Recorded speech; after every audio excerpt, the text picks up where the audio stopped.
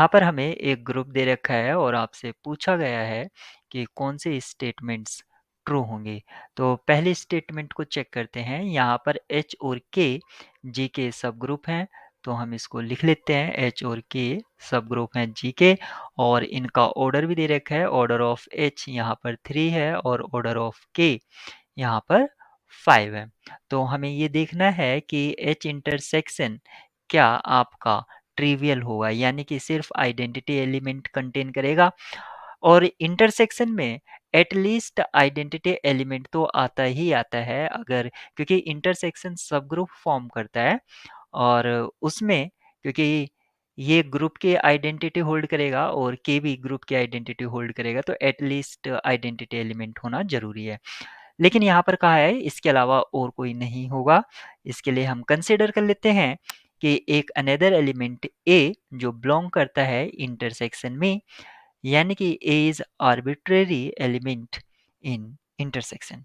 इसका मीनिंग हुआ ए दोनों सब ग्रुप में बिलोंग करेगा, यानी कि ए एच में भी बिलोंग करेगा और ए आपका के में भी बिलोंग करेगा। अगर ये बिलोंग करता है सब ग्रुप में, तो हम जानते हैं कि ऑर्डर ऑफ ए डिवाइड करेगा ऑर्डर ऑफ एच को, साथ ही साथ ऑर्डर ऑफ ए डिवाइड करेगा ऑर्डर ऑफ के को।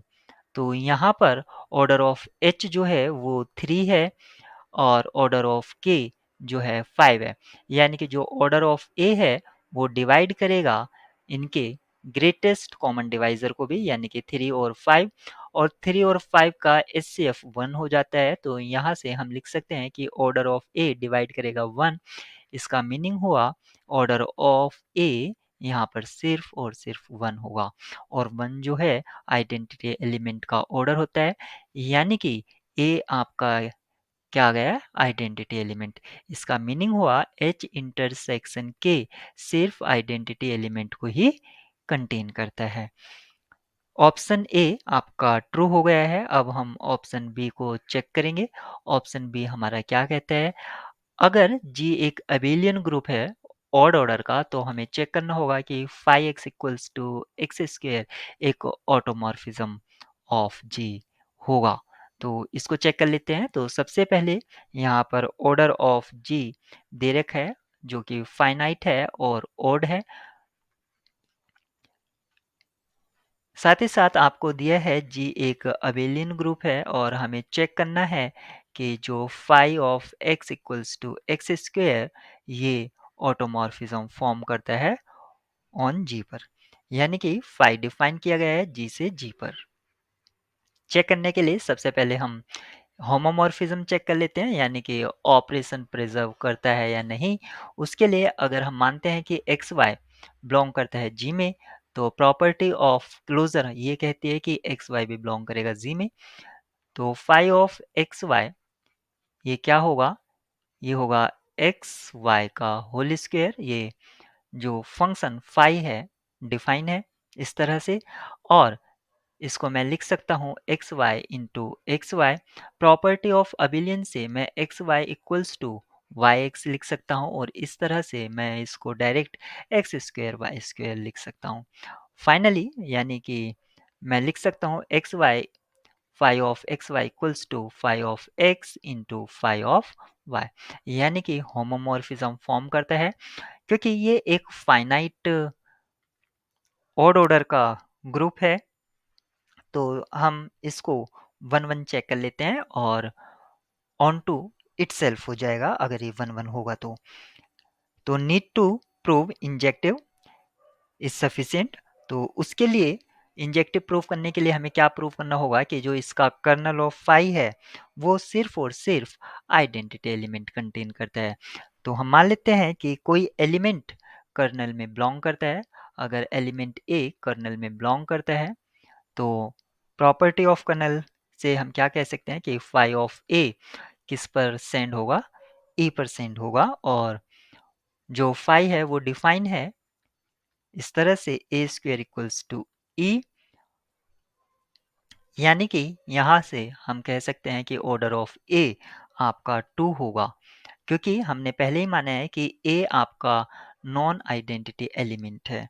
और यहाँ से हमें मिल रहा है कि ए का जो ऑर्डर है वो 2 है और साथ ही साथ ऑर्डर ऑफ ए डिवाइड करेगा ग्रुप के ऑर्डर को भी, यानी कि n को, और n आपका ओड है।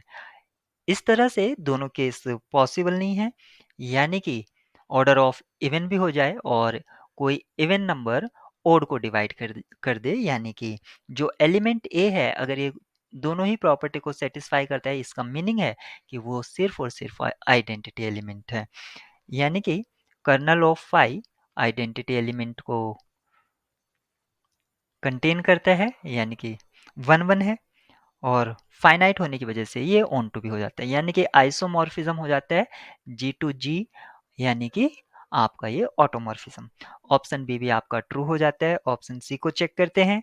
ऑप्शन सी में आपसे क्या कहा गया है कि G has exactly one element of order 2, then this element belong to the centre of जी।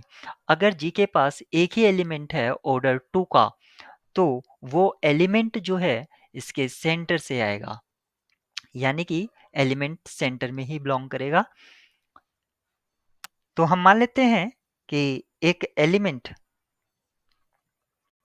जो है ऑर्डर 2 का x है, यानी कि order of x equals to 2। इस तरह से ये g में बिलोंग कर रहा है, x belongs to g, such that order of x equals to 2, order of x equals to 2, इसका मीनिंग हुआ x square equals to e। हमें देखना है कि x जो है वो सेंटर से आएगा, यानी कि टू शो करना होगा X G equals to G X for all G, यानी कि जी के कैपिटल जी ग्रुप के सभी एलिमेंट से वो कम्यूट करना चाहिए। इसके लिए हम मान लेते हैं एक अनदर एलिमेंट भी, एक अनदर एलिमेंट जिसको मैं लिख रहा हूँ y equals to G x G inverse. ये जी में बिलोंग करता है और सेम प्रॉपर्टी को फॉलो करता है, सेम प्रॉपर्टी को फॉलो करता है, यानी कि इसका ऑर्डर भी 2 है। और अगर इसका ऑर्डर 2 है तो y square equals to e लिख सकते हैं। और क्योंकि g जो है आपका नॉन आइडेंटिटी एलिमेंट है, अगर आइडेंटिटी हो जाएगा तब तो ट्रिवियली ट्रू हो जाएगा, लेकिन अगर g को हम नॉन आइडेंटिटी एलिमेंट लेते हैं तो जो y है आपका वो भी नॉट आइडेंटिटी होगा। इस तरह से हम, सॉरी जी नहीं, यहाँ पर एक्स जो है आपका नॉन आइडेंटिटी एलिमेंट है, इसलिए वाई भी आपका नॉन आइडेंटिटी एलिमेंट होगा। और यहाँ पर यूनिकनेस उसने कहा था एग्जैक्टली, यूनिकनेस से हम ये कह सकते हैं कि x इक्वल्स टू वाई होगा, और x इक्वल्स टू वाई हो गया तो हम लिख सकते हैं x equals to G x G inverse. इसका मीनिंग हुआ x G equals to G x, और ये ट्रू है सभी जी के लिए, यानी कि ये ऑप्शन भी आपका ट्रू हो जाता है। All three options A B C are